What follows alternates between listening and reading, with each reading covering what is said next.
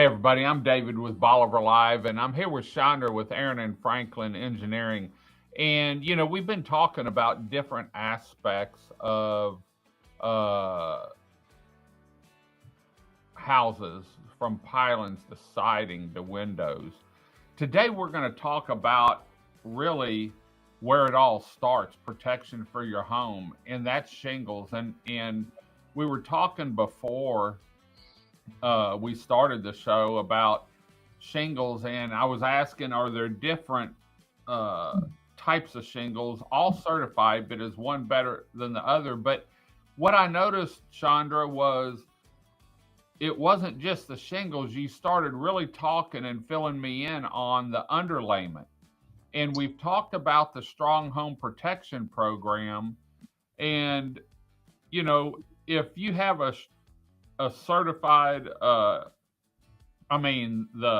fortified, not strong home, if you can have a fortified roof and the rest of the house not be fortified, but really that's a fortified roof can solve a whole lot of problems when it comes to losing shingles and what's under it.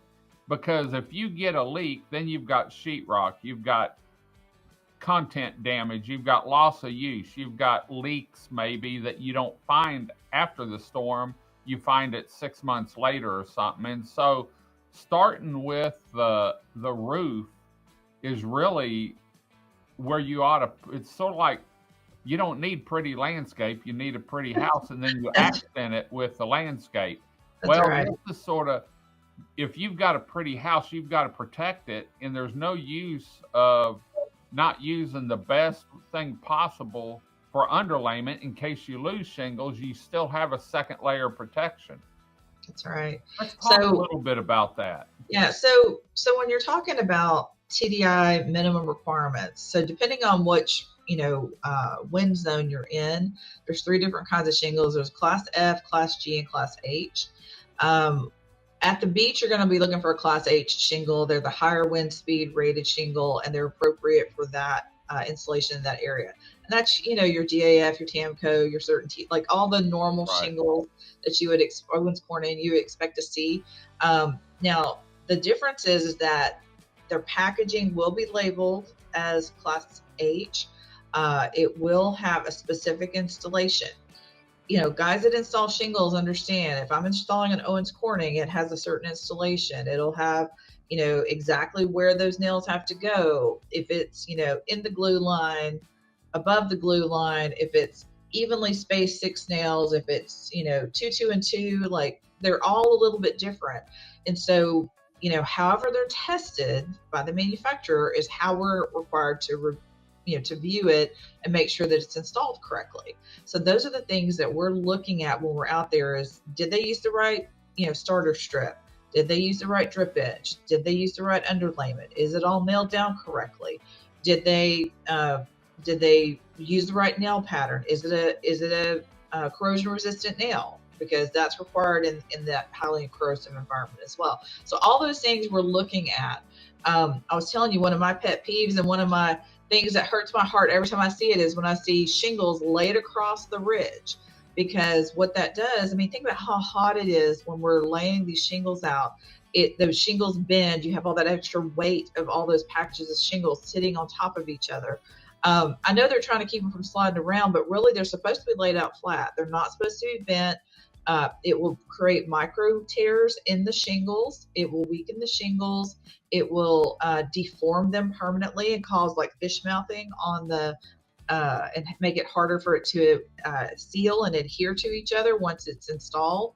So laying those shingles out flat, not stacking them across the Hmm. ridges is really important.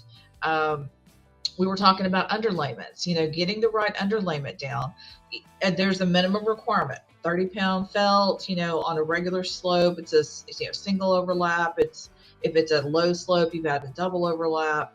But we're not we have to think about how that roof came together. I mean, you've got all these plywood pieces that come together with, they leave those little gaps so that you can have expansion and contraction as the wood shrinks and swells. Well, that leaves gaps. That leaves, potential for water to Right. infiltrate the house if we lose our shingle and we lose our underlayment. So a lot of people are going to the self-adhesive underlayment, whether that's just the tape of the seams, or if that's a fully adhered underlayment to try to prevent that water infiltration if they were to get any kind of shingle damage or leaks. That is going to prevent a lot of issues going forward, whether they do the full fortified, enhanced nailing, all the documentation, all that. Even if they don't do the fortified method, if they use the good common sense, use the good common sense techniques, they can complete their roof and have much better performance. And definitely, if there's a storm, all we want is to be able to go back home, be in our house, and not have to clean up a bunch of mess. And maybe you have to have shingles, but then you're not in a rush to get a roof on. You can wait till the prices come back down a little bit, because right after a storm, there's people coming in. That's there's higher costs associated with that. If you can wait 3, 4, 5 months before you have to put a roof on because you do have a good sealed deck, you can wait till those prices come down a little bit. You're not in such a rush. You get the color that you want, the type of shingle that you want, rather than being in a rush and not have that opportunity. So I want a shrink wrapped roof. And it sounds to me, if you tape the seams and then you use that self-adhesive, or if you use the self-adhesive, even if the shingle gets blown off, it's glued, more or less it's glued down. That's right. So you still have a sealing of the roof. Even a nail hole isn't gonna, to me, probably isn't gonna hurt as much as not having anything, and so, and a lot of times that wood will swell up and actually your nail hole disappears almost. Right. And so on when the stronger roof, how much cost difference do you think between just installing a regular roof and then installing one that's the fortified? How much cost difference? Is it 10%? Is it 15%? Is it 20%? On a roof, just on the roof, like if we were doing just the roof, like say like on a house that's existing, you're probably looking at about 10 to 12% more. And the reason is that you're probably going to have to re-nail your roof deck, which, your roof deck's already nailed on. So you're going to have to go back and re-nail it because they want to use ring shank nails. You have to use the ring shank nails. The ring shank nails are twice as strong as regular smooth nails when it comes to gripping into that wood and preventing it from pulling out of the rafters. So we want to do that. So they want to make sure that it's ring shank nails. Instead of just a regular underlayment, you're going to use either a self-adhesive or you're going to use the Mod Bit tape, which is just a little bit more material and labor. And then it's the same shingle. So really, and then you've got all the paperwork and documentation and application and all that to fortify. Now, the benefit is that you can get a pretty significant discount on your insurance. You can get out of the wind pool, and even if it's just a fortified roof, a lot of times you don't have to have TWIA insurance anymore. You can go with a private, company. So those are things that are advantages.